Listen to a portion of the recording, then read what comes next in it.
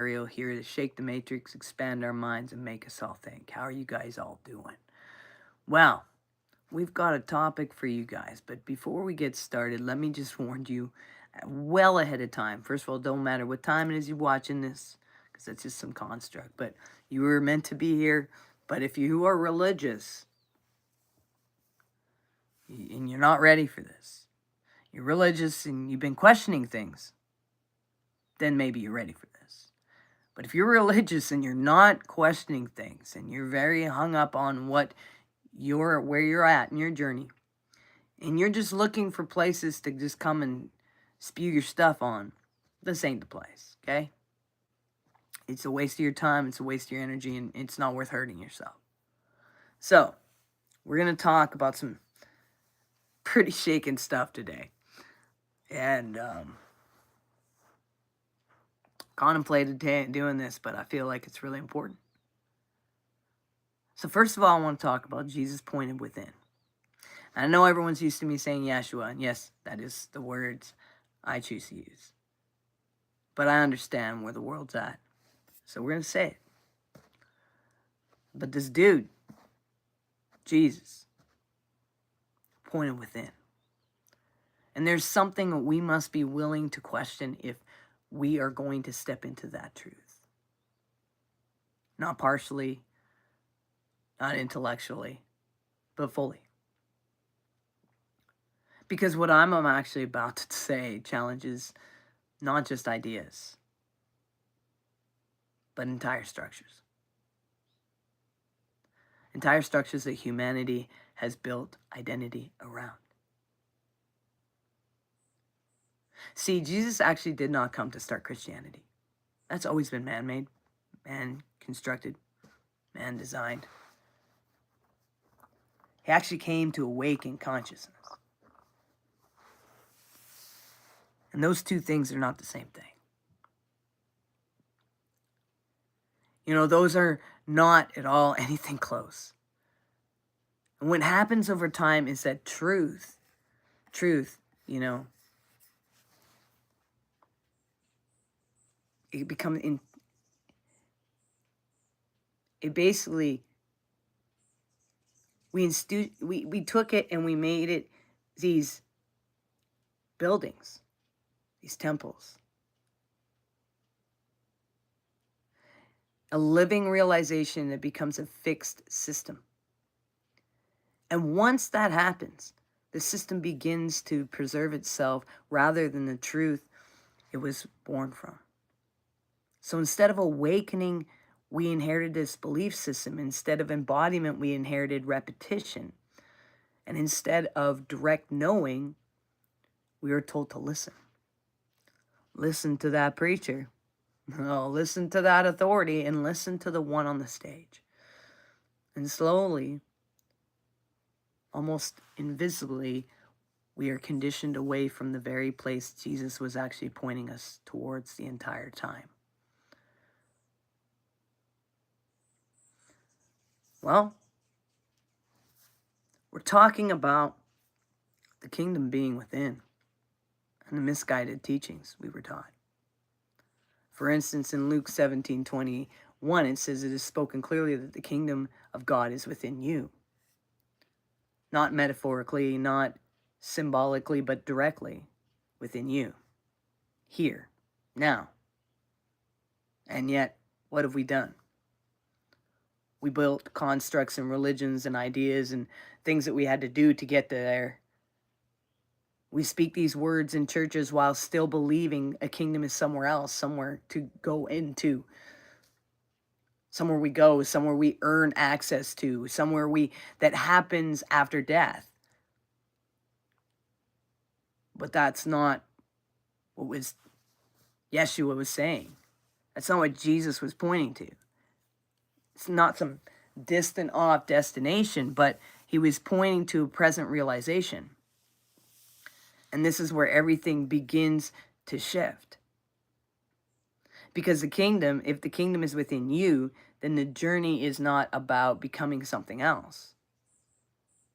It's about uncovering what has always been there. Now here's what kind of becomes uncomfortable to a lot. Because if this is true, then how much of what we have built externally begins to lose its authority?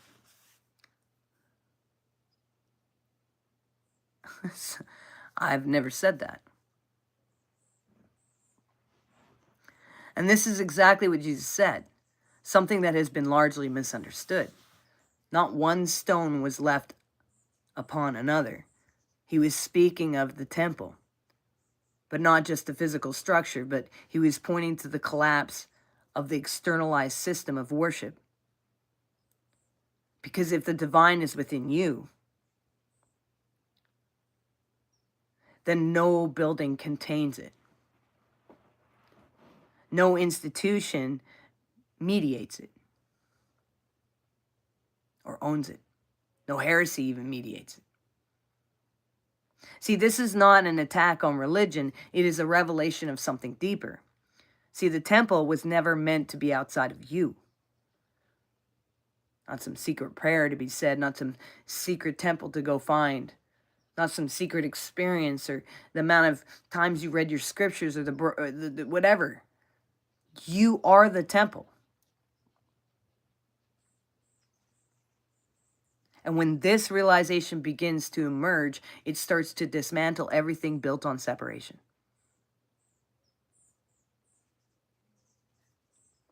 I came to bring fire upon the earth, he says. Doesn't sound like peace. And did not come to bring peace. Wait, what? I came to bring fire upon the earth, and I did not come to bring peace, but a sword. Now really hear this, because this is where people get confused. This is not a call to violence at all, by the way. This is a description of awakening. Truth does not gently negotiate with illusion. It's like when I talk about the caterpillar to the chrysalis to the butterfly. It burns it. Refiner's fire. Fire in nature is not destruction for the sake of destruction. It is transformation.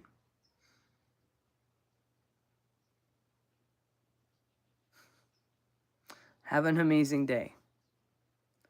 See, if fire creates transformation, then a forest fire clears what is dead, right?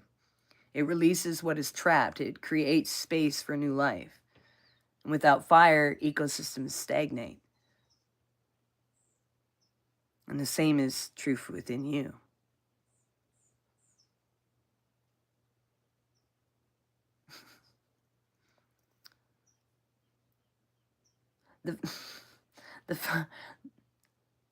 See, the fire Jesus speaks of, the burning away of illusion, false identity, conditioning of belief, inherited narrative about who you are, what God is, and where truth lives. I did warn people, if you were religious, this was not a good place for you. And when that burning begins, it does not feel peaceful. It feels like everything you relied on is dissolving. And this is why he spoke of division. He said households would be divided. Why?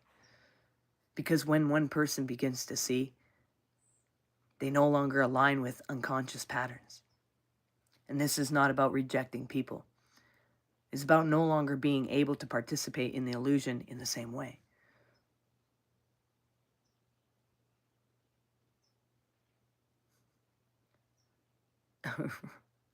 Hey there. See, psychology, this aligns with what Carl Jung describes as an individual. The process of becoming who you are requires you to step outside collective conditioning.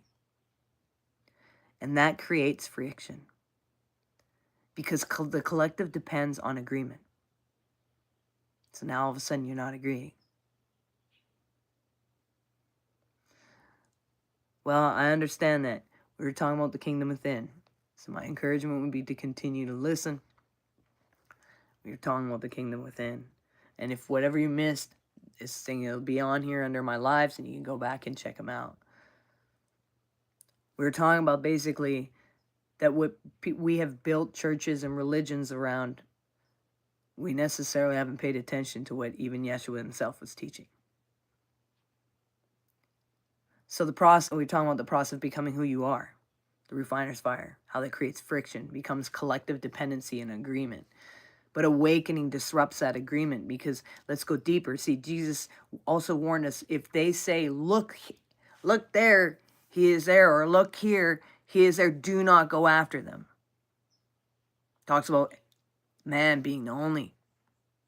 And this is critical, because he is directly telling you, do not look outward for me. Do not chase form. Do not chase appearance. Do not chase a person or a figure on a stage as the source. Why? Because what he was pointing to never was meant to be seen on an external object, but it was something within you. It is something to be realized internally.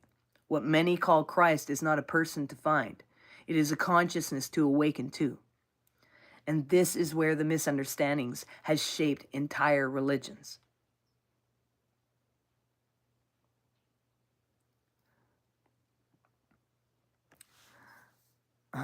Jesus, the Bible says he was talking about how our hearts should choose him.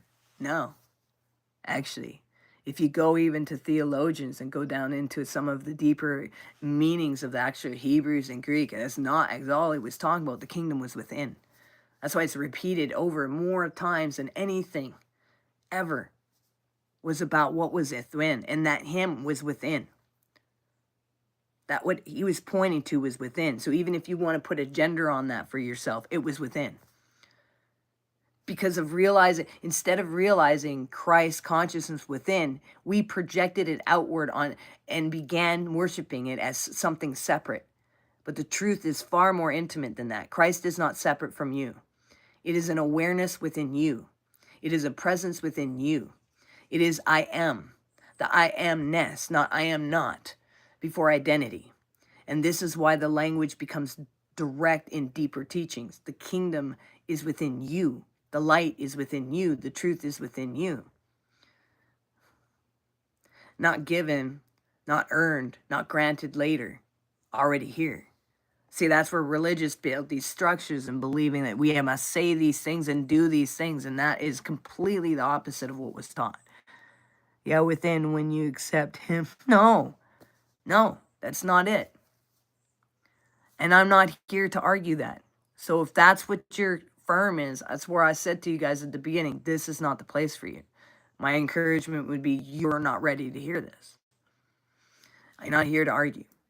Anyways, ancient texts spoke of this as a divine spark within humanity. Not something added to you, but something forgotten. And the entire journey is not about becoming divine. It's about remembering that you already are. Now let's bring in science for a moment, because this is not separate from what we are discovering. See, neuroscience shows us that the brain filters reality far more than it reveals it. We're not seeing truth directly. We are seeing interpretations shaped by conditions. See, this means what we call reality is in many ways constructed. And awakening is the process of seeing through that construction. Quantum physics goes even further and suggests that the observer plays a role in reality itself. And that consciousness is not just inside the universe, but somehow participating in it. So when we speak of awakening to a deeper level of awareness, this is not a mystical poetry. It is pointing to something fundamental. Now, return to what Jesus said about death, is because that is even another place, is where we've been misunderstanding runs deep, is he was not speaking only of a physical death. He was speaking of transformation, to die, to let the false dissolve, to release identification with illusion, and to be born again. Is not about starting over as a person. It is about awakening as a consciousness itself, which means this: what you truly are does not die.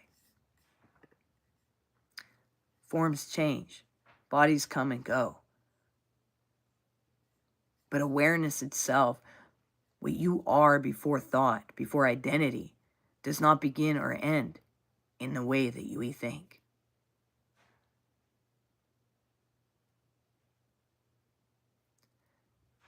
You know, but when illusion dissolves, you realize there was never separation to begin with.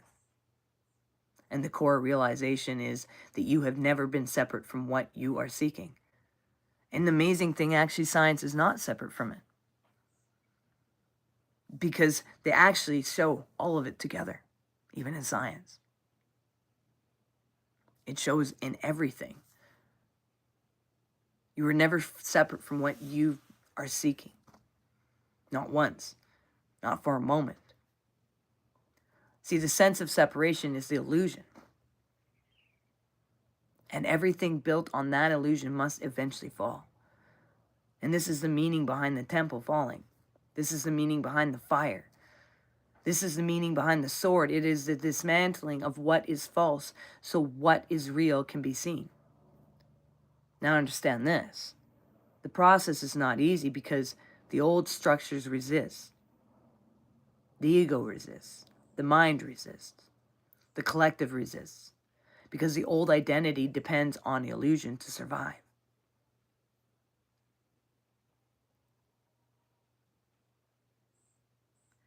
You know, and when truth begins to emerge, it feels like loss, like chaos, like conflict. And this is why Jesus said new wine cannot be placed into old wineskin, because expanded awareness cannot fit into outdated structures of thinking. They'll break. And when they break, it can look like disorder, but it is actually reordering. I'll bring this all together as the message was never follow me as something separate. The message was realize what I am pointing to within you. The message was never worship me. The message was wake up. The message was never wait for the kingdom. The message was it is here, right now, within you. And the moment you begin to truly see this, it's not just think it, not just believe it, but see it, everything changes. Because you are no longer searching, you are uncovering, you are no longer becoming, you are remembering. And yes, it may divide, yes, it may disrupt, and yes, it may burn. But what remains after the fire is not destruction, it is truth.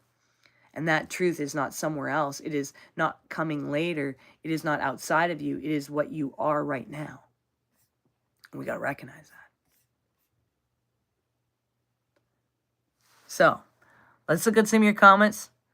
It's hard for me to look at everything, too. Because at the same time, some of the things that are being said are things that aren't at the point of value to stop everything. And because sometimes the things you're commenting on are going to be answered as you pay attention and listen. So with ancient texts, as a matter of fact, tons of them. Scripture itself.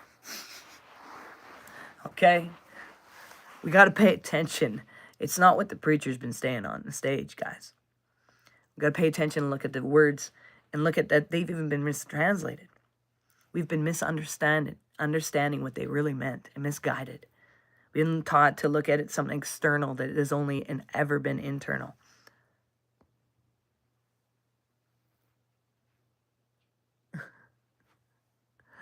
So, I get you religious want to come on here and get your message across, but I warn it every time in the beginning that that's not what we're about. So you will get ignored. So peace and love. We'll see you guys next time.